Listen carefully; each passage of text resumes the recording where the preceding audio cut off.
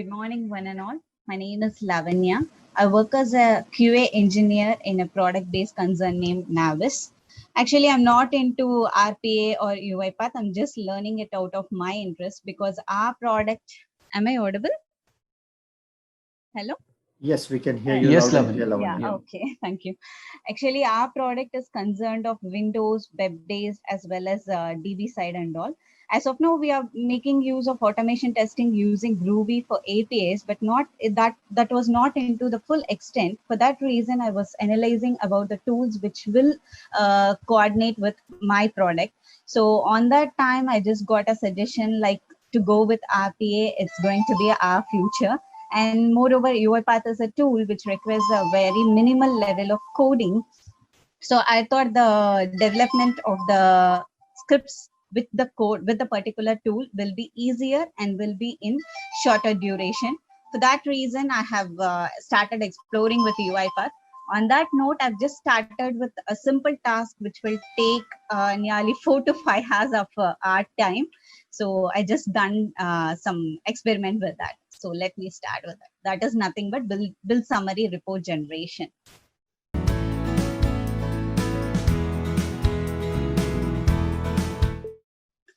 So what are all the problems we do face? On our day-to-day life, a particular QA engineer in our team will be allocated for this team city report script fixing. That is, our scripts will be running in our team city environment. We need to fix the scripts fails, which are failed then and there. Actually, we do have nearly 9 versions. In 9 versions, we do have 10 to 15 modules. Under the 10 to 15 modules, we have more submodules under that. So it's like quite time consuming to even to look whether it was failed or something else. It like, first of all, we need to get the script failures which are already in the team city. So it's like totally nearly 3 to 5 hours per day on an average we need to spend for this particular task. Then only we need to find out the failed scripts, and then we need to work on those failed scripts. So what I thought is let us start experimenting with this. So I just thought of experimenting with this. So let me come to the solution, code part, whatever I did later. Let me show the demo for you people.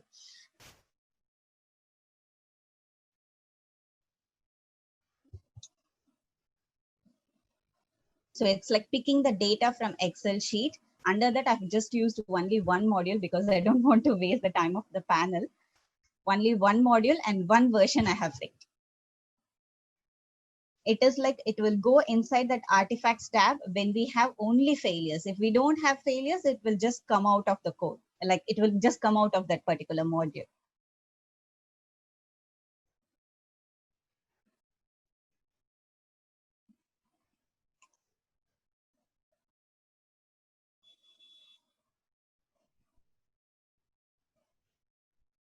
So if it is having all past results, it won't go inside the artifacts and all. So the time will be saved here.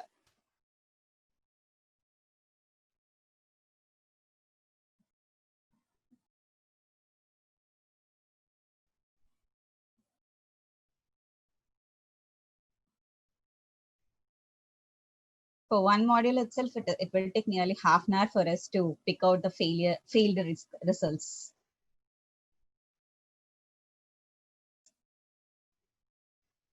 Just 2 minutes, it will end up.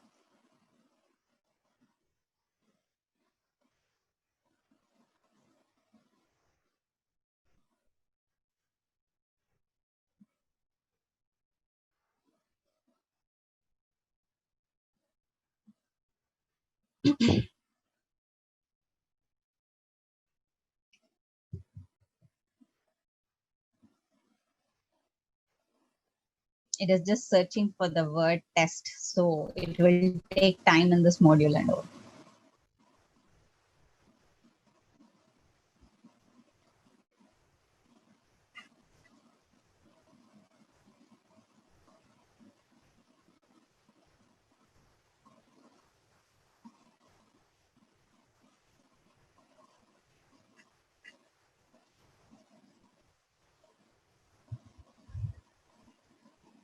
Done with. So let me show my input and output to the team first. So first of all, it will go to this test to run folder.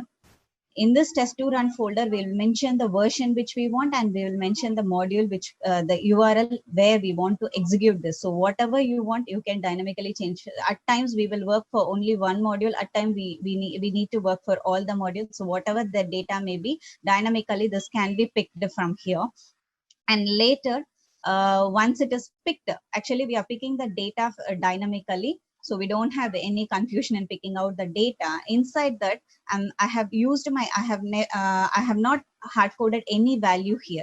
Everything was dynamically selecting, because based on the, see, if we have this word solo, the URL will be selected accordingly. So everything was made dynamically in my code. So it can be used for n number of modules as well as for n number of versions. So once it is picked, it will go inside the failures only if it is having failed results. Like if I am able to find out this exclamatory red color exclamatory mark, then only it will click and go inside the link, and it will go for artifacts tab. That failure results also considered only when the tests were executed either by yesterday or by day before yesterday, because we don't want failures before that. We just want to analyze the failures either yesterday or day before yesterday. So we'll pick out the failures, and those failures only will be considered. Inside that, we will go inside the artifacts tab, and we'll pick out whether the failures are available. If the fail count is more than 1, then only those data will be written into the data table. Finally, the data table data will be copied into an Excel sheet. Moreover, we have lot of modules, right? So this modules will be under different data table, and this failure results will be under different data table. Initially, I just entered only the fail scripts, but it is creating a lot of confusion, like under which module it is failing like that. So what I did is I'm adding the module name only when it has a failure, because we have nearly minimum 10 to 15 submodules, maximum 23 to 25 submodules. So to avoid confusion, when we have the failed row count more than 0, on that time we need to add the module name. Then we need to add the failed results under this. So this is how per module, per version, the data will be. If we want to go for n number of versions, this is how the data output will look like. For 3.6 solo XPS client, this is solo is nothing but module name, 3.6 is nothing but the version. Again, 3.6 staff is module name, 3.6 is version. For n number of versions, n number of modules, this will be prepared. And the file name creation and all, everything I have done it in a dynamic way. So whenever the inputs are going to be, whenever the outputs are going to be saved in an Excel sheet, the file name will be dynamically created with the version it has, like under which version we are creating and under which module we are creating, under which module we are creating. Like this file name, I'm introducing it in a dynamic way. This file name will be filtered based on the input data what we pass in the Excel sheet. So everything is dynamic, so it can be used for n number of modules as well as for n number of versions. I hope I have directly done with the code code walkthrough. So these are all the points I would like to mention. Yeah, these are all the points I would like to mention. Like dynamic input, we are picking it from the Excel, and modules, whatever it may be, we are not, because the modules will get changed every time.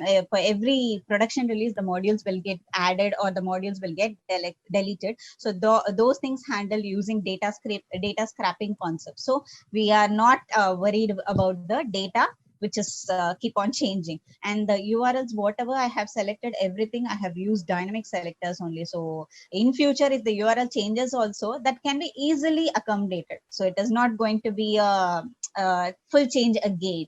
And we are filtering out the test results, because under artifacts we'll have pass, fail as well as incomplete results. We are going to extract the test results using the filter data table.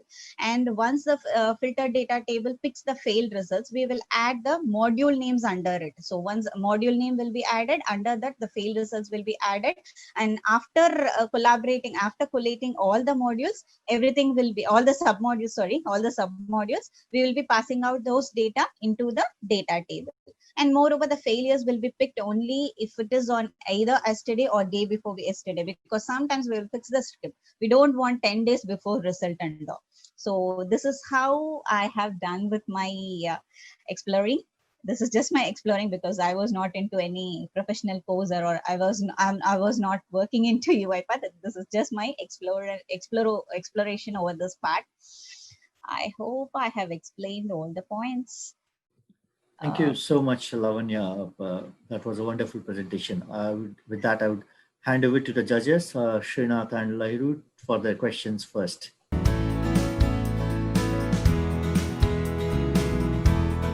Thank you.